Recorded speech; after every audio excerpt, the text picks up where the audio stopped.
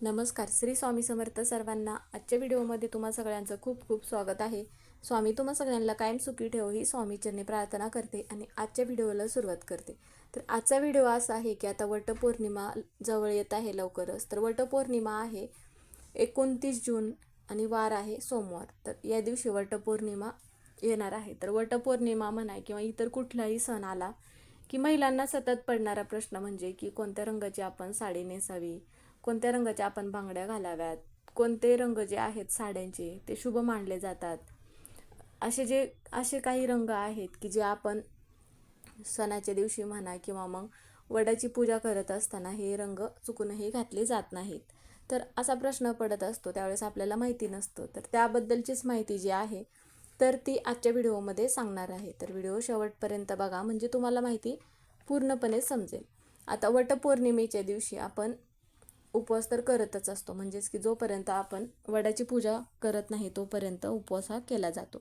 तर वटपौर्णिमेच्या दिवशी सावित्रीने आपले पती जे आहेत सत्यवान तर यांचे प्राण यमाकडून परत मिळवले होते.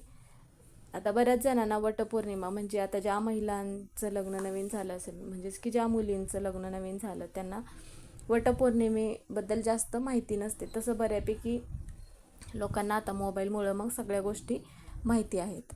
आता यमाकडून परत मिळवले होते, त्यामुळे मग सौभाग्यवती ज्या स्त्रिया आहेत तर आपल्या पतीच्या दीर्घायुष्यासाठी वडाची जी पूजा आहे तर ते करत असतात. तर या दिवशी सुवासिनी स्त्रियांनी आपल्या पतीसाठी व्रत ठेवले तर तोच पती त्यांना 7 जन्मासाठी मिळत असतो असे म्हटले जाते.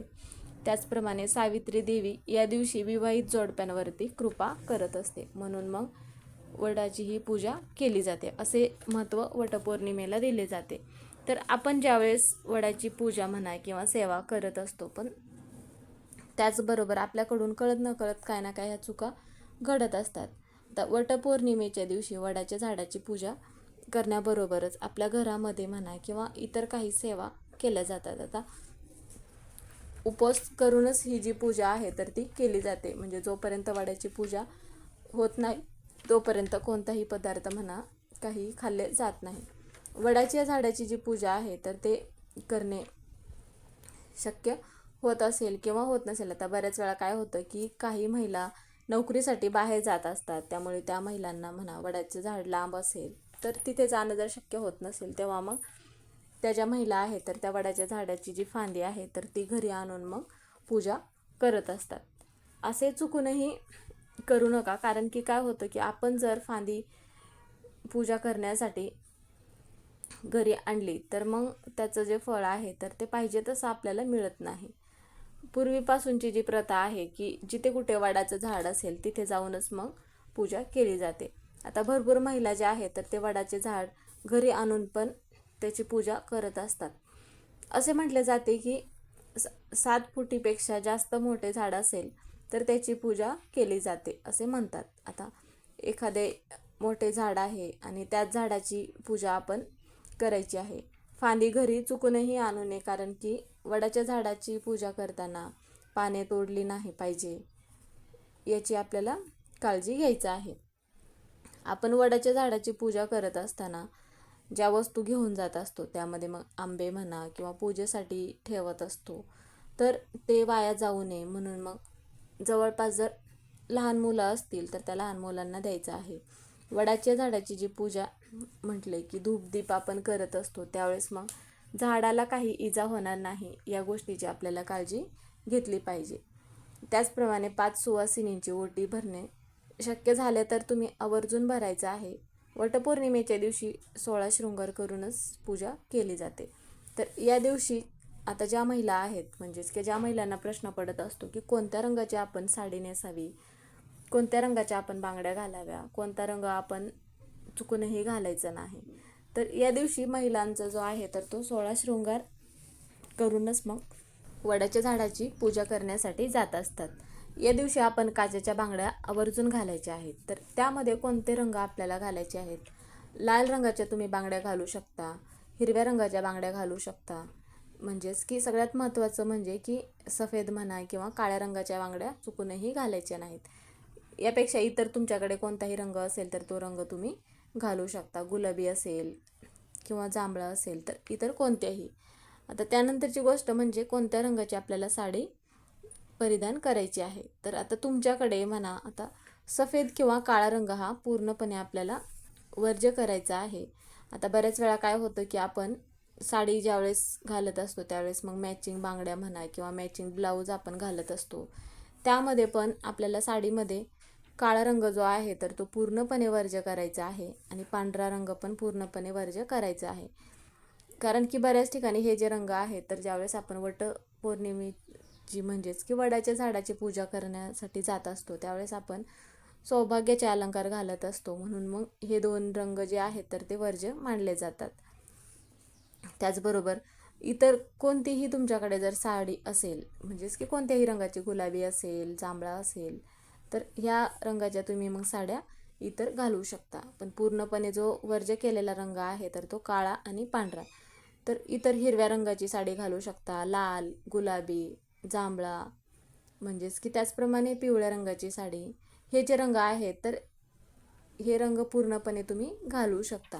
आता बऱ्याच वेळा काय होतं की आपल्याकडे घरामध्ये म्हणा, इतर ज्या महिला आहेत तर त्या इतरांना वटपौर्णिमेसाठी पूजा करण्यासाठी एखादी महिला अशी असते की एखाद्या मैत्रिणीची साडी आवडली म्हणून आपण मग त्यावेळेस काय करत असतो की ती साडी म्हणा किंवा तिने दिलेला ब्लाऊज वगैरे घालून आपण पूजा करण्यासाठी जात असतो. तर असे चुकूनही करायचे नाही, कारण आपल्याकडे ज्या साड्या किंवा जे ब्लाऊज आहेत ते घालूनच आपल्याला मग वडाच्या झाडाची पूजा करण्यासाठी जायचं आहे. त्यामध्ये तुमच्याकडे जे रंग असतील त्या रंगाची तुम्ही साडी घालू शकता. फक्त दोन रंग आपल्याला वर्ज्य करायचा आहे, काळा आणि पांढरा रंग. या दोन रंगाच्या साड्या आणि दोन रंगाच्या ह्या बांगड्या चुकूनही आपल्याला घालायच्या नाहीत. त्यामुळे इतर तुमच्याकडे जे रंग आहेत तर ते रंग तुम्ही घालू शकता. आता बऱ्याच वेळा असं होतं की आपल्याकडे म्हणजेच की घरामध्ये म्हणा किंवा आपल्या दारावरती इतर काही लोक, कोणतीही लोक काही मागण्यासाठी येतात, त्यावेळेस मग त्या व्यक्तींना रिकाम्या हाताने चुकूनही पाठवू नये. आता वडाच्या झाडाची ज्यावेळेस आपण पूजा करण्यासाठी जात असतो त्यावेळेस जो दोरा गुंडाळत असतो तर तो दोरा गुंडाळत असताना त्या दोऱ्याची गाठ ही चुकूनही मारू नये. सगळा दोरा जो आहे तर तो तिथेच ठेवून यायचा आहे. आणि बऱ्याच महिलांना सुतक असेल किंवा मासिक धर्म असेल तर मग वडाच्या झाडाची जी पूजा आहे तर ती केली जात नाही. त्याचबरोबर गरोदर महिला असेल तर त्यांनी पण 6 महिन्यानंतर मग पूजा करू नये. आता ही जी परंपरा आहे तर ही जी पद्धत आहे तर प्रत्येक भागामध्ये वेगवेगळी आहे. काही भागामध्ये महिला जर गरोदर असतील तरीही त्या भागांमध्ये वडाच्या झाडाची पूजा केली जाते. त्यामुळे तुमच्या इकडे ज्या पद्धतीने म्हणा, घरातील इतर मंडळी म्हणा किंवा घरातील वडीलधाऱ्या मंडळींना विचारून तुम्ही वडाच्या झाडाची पूजा करू शकता. आपल्या शरीराला कोणतीही इजा होणार नाही, त्यामुळे मग आपण पूजा तशा पद्धतीने आपल्याला पूजा करायची आहे. म्हणजेच की काय होतं की आपण तामसिक पदार्थ चुकूनही खायचं नाही वटपौर्णिमेच्या दिवशी. आता बऱ्याच वेळा काय होतं की एखादी व्यक्ती आजारी असते आणि मग त्या व्यक्तीला उपवास जो आहे तर तो उपवास सहन न झाल्यामुळे मग चक्कर येणे म्हणा किंवा पित्त होणे, तर या ज्या गोष्टी आहेत तर त्या घडत असतात. त्यामुळे उपवास न करता पूजा करावी.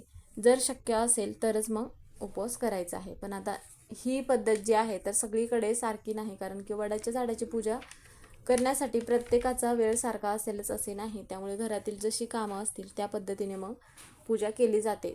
तसे तर मग सगळीकडे हीच परंपरा आहे की वडाच्या झाडाची पूजा करेपर्यंत हा उपवासच केला जातो. पण आता काही महिला आजारी असतील तर त्या महिलांना उपवास जर शक्य होत नसेल तर त्यांनी उपवास न करता मग वडाच्या झाडाची पूजा करायचं आहे. तर आता ही सगळी माहिती तुम्हाला समजलीच असेल की वडाच्या झाडाची पूजा कशी करायचं आहे, कोणत्या रंगाची आपल्याला साडी नेसायची आहे, कोणत्या साडी म्हणजेच की 5 असे जे कोणते शुभ रंग आहेत जे आपण घालायचे आहेत, आणि चुकूनही कोणत्या जे 2 रंग आहेत तर त्या 2 रंगाच्या साड्या आपल्याला घालायच्या नाहीत किंवा बांगड्या. याबद्दल सगळी माहिती आता तुम्हाला समजलीच असेल. तर व्हिडिओ इथेच संपला. तुम्हाला व्हिडिओ जर आवडला तर व्हिडिओला लाईक करा. चॅनलवर नवीन असेल तर चॅनलला सबस्क्राईब करा. व्हिडिओला हाईप करायला विसरू नका. व्हिडिओ पूर्ण बघितल्याबद्दल धन्यवाद.